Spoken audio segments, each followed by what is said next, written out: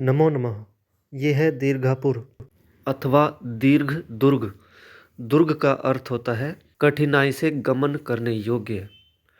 महाराज सूरजमल ने आज से 252 वर्ष पूर्व विक्रमी संवत 1828 में इसको बनवाया था। ये सामने इसका मुख्य द्वार है। इसकी जो चौड़ाई है उससे 1.5 गुना इसकी ऊंचाई है।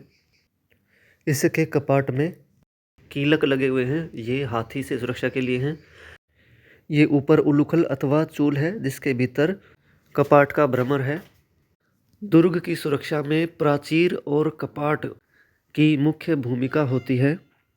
शत्रु सेना जब आक्रमण करती है तो कपाट को तोड़ने के लिए हाथी का प्रयोग किया जाता है। हाथी से इन द्वारों पर टक्कर लगवाई जाती है। यदि हाथी इन कपाटों को तोड़ने का प्रयास करता है तो उसके मस्तक में ये घुस जाते हैं और हाथी इसे नहीं तोड़ पाता। प्रायः द्वार के भीतर द्वार कोष्ठ होता है, परंतु यहाँ तो ये पूरी की पूरी मोटी दीवार है। अपने आसपास के क्षेत्र में मैंने इतनी मोटी प्राचीर किसी भी दुर्ग की नहीं देखी, क्योंकि अभी तक कुंभलगढ़ नहीं देखा। ये देखिए भीतर का दृश्य। ये जो इसकी प्राचीर है ये 16 हाथ मोटी अर्थात 24 फुट मोटी है और इसकी ऊंचाई मोटाई से दुगनी अर्थात 32 हाथ है। ये अब संध्या हो चुकी है, 5 बजने वाले हैं, इसलिए सब भागे जा रहे हैं इसके भीतर रखी हुई तोप को देखने के लिए। हमें भी शीघ्रता में जाना पड़ रहा है। ये लोहे का द्वार बाद का लगाया हुआ है। ये इसकी एक और भित्ति है और यहाँ पर भी कभी तोरण युक्त द्वार हुआ करता था, अर्थात डाठ का द्वार था जिसकी डाठ तोड़ दी गई है। मुझे तो ये ब्रिटिश गवर्नमेंट का काम लग रहा है, उन्होंने अपने किसी वाहन को घुसाने के लिए ऐसा किया होगा। आगे चलकर यहाँ बाएं हाथ पर एक महल है। इस महल में जाने के स्थान पर हम चलेंगे एक तोप को देखने के लिए, शतघ्नी कैनन, जो कि बहुत ही भारी भरकम है और वहाँ उस अट्टालक पे वो रखी हुई है। यहाँ पर एक और तोप है, उसको देखने का आज समय नहीं मिलेगा हमें। वहाँ पर रखी है वो। ये अट्टालक पर जाने का मार्ग है और यहाँ पर ये एक कूप है और सामने वो पहाड़ी है जो कि कच्ची है।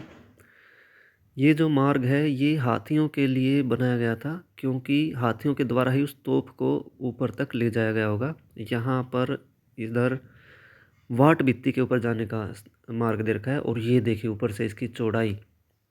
इस पर तो कितने ही अश्व एक साथ भाग सकते हैं। इसके बाहर ये परीखा है और परीखा के भीतर ये जल भरा हुआ है। इसके भीतर मकर छोड़े जाते थे। अब और आगे इस अट्टालक के ऊपर हम चलते हैं जहाँ पर वो शतघ्नी है। उस पर जाने के लिए एक संकरा मार्ग है जो सैनिकों के लिए है। हाथी इस मार्ग से नहीं जा सकते, परंतु हम हाथी नहीं हैं तो हम इसमें आगे जाकर देखते हैं।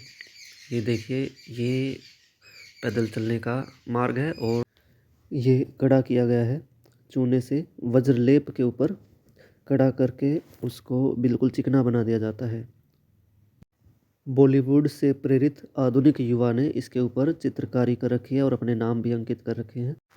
प्रकाश एवं वायु के गमनागमन के लिए इस मार्ग में छोटी छोटी अवलोकिकाएं भी बनाई गई हैं और आगे ये सोपान है। अब हम इसके अट्टालक के शीर्ष पर पहुंच गए हैं और ये देखिए ये यहाँ पर शतघ्नी रखी हुई है।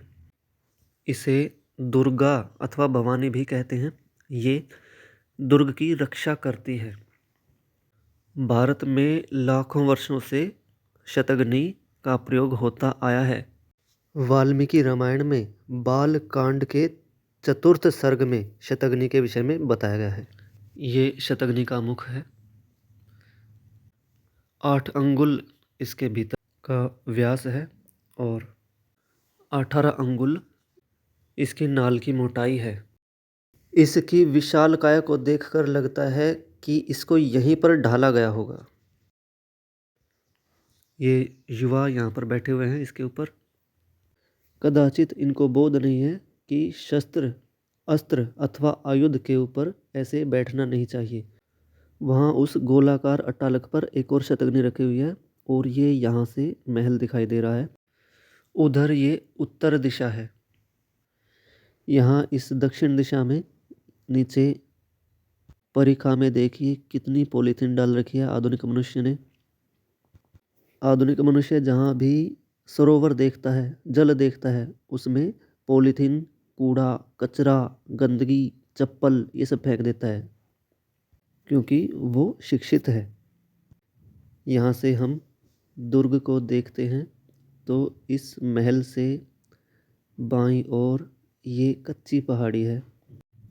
दुर्ग के बाहर जो मार्ग है वहाँ से जाने वाला व्यक्ति महल को नहीं देख सकता, अतः ये सुरक्षा की दृष्टि से महत्वपूर्ण है। अब आपके लिए एक प्रश्न है, आप कमेंट में बताएं कि पलीता क्या होता है। ये दुर्ग के बाहर का दृश्य है। बाहर से ये परीखा दिखाई दे रही है और वाट भित्ति दिखाई दे रही है। ये दुर्ग मानो खुली चुनौती दे रहा है शत्रुओं को कि आओ और इसे तोड़ कर दिखाओ। इतनी मोटी इसकी दीवार है, इतनी मोटी वाट भित्ति। आधुनिक क्रेन को भी भगाकर इसमें टक्कर मारी जाए तो इस भित्ति का कुछ भी नहीं बिगड़ेगा। अब हम उन महान क्षत्रियों को नमन करते हैं जिन्होंने ऐसे ऐसे दुर्ग बनवाए जिससे लोगों की रक्षा हो सके और धर्म का पालन हो सके। दीर्घ नाम के इस विशाल दुर्ग को देखने हम पुनः आएंगे। नमो नमः।